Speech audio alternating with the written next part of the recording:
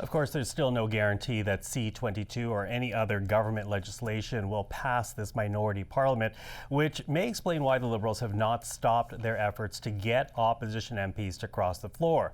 The latest addition to the Liberal caucus officially introduced yesterday as Nunavut MP Lori Idlout abandoned the New Democrats to join government ranks.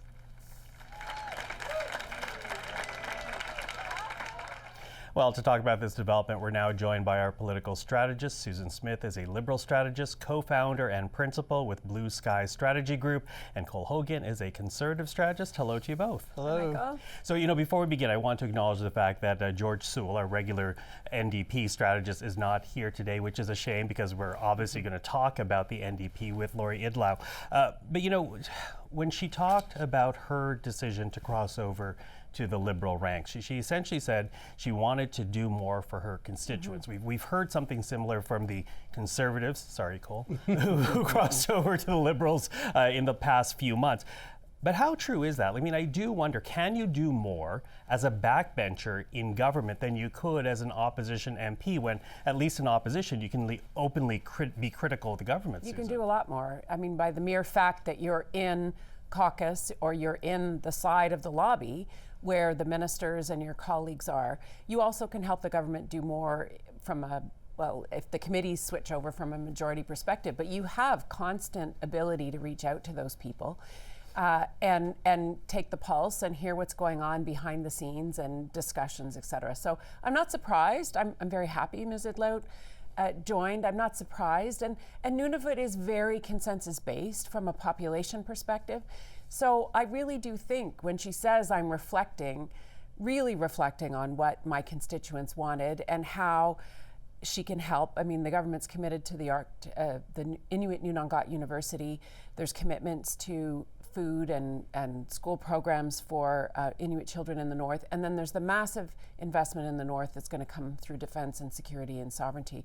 And so I think she feels she has a better voice at the table by being inside than trying to knock on the door outside. She's allowed to open the door and walk in the room now, and I think that makes a big difference. I'm not surprised at all. She voted in support of the budget for those reasons, and she's the one MP I actually did think would still cross. I'm delighted that Mr. Genereux's there and Mr. Ma is there and Mr. D'Entremont's there. I hope more come. They're all welcome. Come on in. But it was a nice development for the Prime Minister this week. Cole, what do you think? Can you do more as a backbencher than you can as an opposition MP? Yeah, absolutely. I think Susan's very much right on that point. But I think with Lori Idlout, just like the Conservative floor crossers, I think the main motivating principle here is not political principle, but the fact that they can get into government sooner than later. In the case of Lori Idlout, is you can get into government at all instead of never. So with the NDP, I'm sure that was part of the conversation that Liberals in their ongoing campaign to get floor crossers are having with people like Lori Idlout, especially in the NDP, to say, hey, you can do a lot more in government with us, even in the backbenches, than you can do in the NDP, and that's accurate. But I think what's different here, well, one, there's probably the fact that there is some federal money being spent in her riding, probably sweeten the pot a little bit. But two, I think the downside for Mark Carney, even though there's not a lot of downside for accepting these floor crossers, but I think when Mark Carney parades them into the caucus room and they're all cheering, I think it looks like a political move and strategy that Mark Carney's not known for. I think his brand is non-political, and the more political stuff he does like this, I think it looks like not sportsmanlike. And I think over time, if Canadians come to see him as more of a political operator than the politician that they know him as, which is not really a politician, then I think that could possibly cause some long-term damage. I think any time there's been a floor crossing, the other party has always welcomed people in, whether it's been Conservative or Liberals. But Cole raises a point about why these people are motivated to leave. The other reason they're motivated to leave is I don't think they see themselves in the future of the party, or actually in the present and the future of the party. For Ms. Idlout, the NDP has gone from a minivan-sized party almost to a Honda Civic-sized party when it comes to seats in the House of Commons. And it's, we don't know what's going to happen in the leadership. She backed Avi Lewis, who's not Heather McPherson, her one caucus colleague. So she may not have a lot of legitimate confidence in the impact of the NDP going forward. For three Conservatives to cross the floor under Pierre Poilievre, it means they don't like his leadership style, and they don't like that how he listens or doesn't listen to caucus. and that they see they're more aligned with the kind of Canada and the approach, the constructive approach, and they've all said this, that Prime Minister Carney is taking. So yes, it's about doing the right thing for your constituents. It's also about, I really don't like how it's going where I am.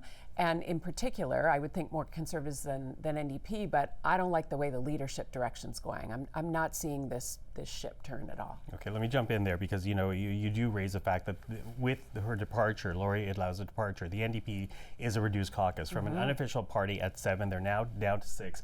Honda Civic, as you said, because Japanese car makers make more cars in Canada than any other car maker now. But anyway, they're down to 6, as you say. And if Alexandre Boulris jumps over to provincial politics, they'll be down to 5. I don't know how possible this is, but take off your partisan cap, if you will, for a second. Talk about the existential threat for any party to be at this point when you have dropped 12 seats in the last election and now down from unofficial 7 to unofficial 6, possibly 5. I think it's very difficult. I mean, the Conservatives faced it with Jean Charest and Elsie Wayne. They ended up merging and rebuilt themselves back. Although they did have a Conservative Senate to help them along. Yeah, they did. For the NDP, it really does make a difference, and especially where we are, I think, politically and geopolitically in this country.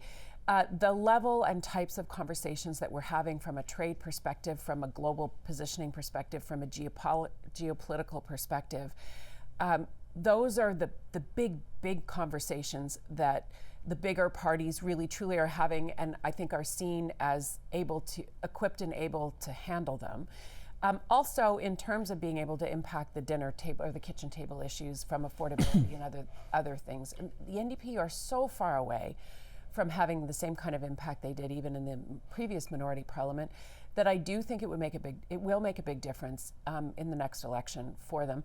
And also their choice of leader. If there are some very interesting candidates, I will say with a smile, in the NDP leadership race. Some veer even more away from the mainstream type of things. And if this is where they land, that will be very existential for the party from a rebuilding perspective. Cool. Yeah, I think it's tough for the NDP, and I think under Jagmeet Singh's leadership, I think we saw some long-term damage done to the party where he brought them to this point of only having 7 seats. And the federal NDP does not resemble their provincial cousins in terms of a more pragmatic approach to the energy sector at times. Your mileage may vary in certain provinces, but the federal NDP has been more based on university faculty lounge issues than they have actual, meat and potatoes, kitchen table, jobs type issues in Western Canada. And just look at the difference between someone like Avi Lewis and Wab Kinew. Like that's the difference for the NDP. And if they can peel themselves back to a more perhaps centrist position where they sound more moderate or sensible on issues like crime or addictions or drugs, these are the sort of issues that people are actually concerned with locally on the ground, and they're issues that someone like Wab Kinew speaks to. The federal NDP doesn't really have a place in that conversation, and they certainly don't, to Susan's point, on international affairs. So they need to do something to get up off of the mat and get back into the fight. Okay.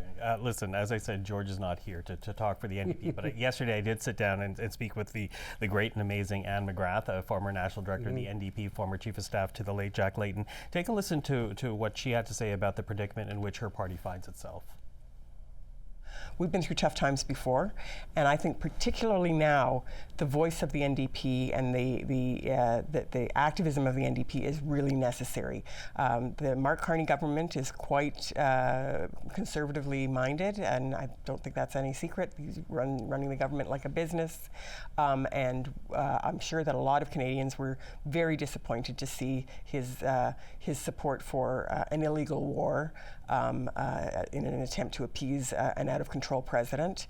And so I think that, and there's just so many issues where the voice of progressives is missing now. And so I think that there will be there are opportunities for the NDP, particularly when we get our new leader in place. Okay, so Anne McGrath making the case for her party, but I want to pick up on the point about Mark Carney and the comment he did make about the U.S.-Israeli strike against Iran, because before Lori Idlout, Lori Idlout changed the channel as soon as she crossed over, because the controversy was his immediate support of the U.S. strike against Iran. From the progressive side of the country, from the small C conservative side of the country, the criticism he was receiving was being inconsistent in that support. Is that, Anne raises that as an issue facing the Prime Minister, But have Canadians moved on from that issue, even if this war is not over yet? And I don't know how seized Canadians were with the issue. I think the Prime Minister has nuanced his statement on that over the week, and that caused some friction for some folks. I can understand that, but I think largely people are looking at the big picture leadership at the top in Canada right now. Do we have the person, in this case it's a guy, it's Mark Carney, do we have the guy who can help us deal with Trump, who can help us negotiate trade deals, who is recognized in rooms, can handle big, deep conversations, has foreign policy expertise, has finance expertise, and does not twitch off and spout slogans just when they get upset about something. They're actually rational and measured. And I think that's what Canadians are looking at right now, is that kind of big picture. And Mark Carney, based on even what the polls are showing, has been the guy for over a year, and the gap is even further between him and Mr. Poilievre in terms of people's confidence there. Cool.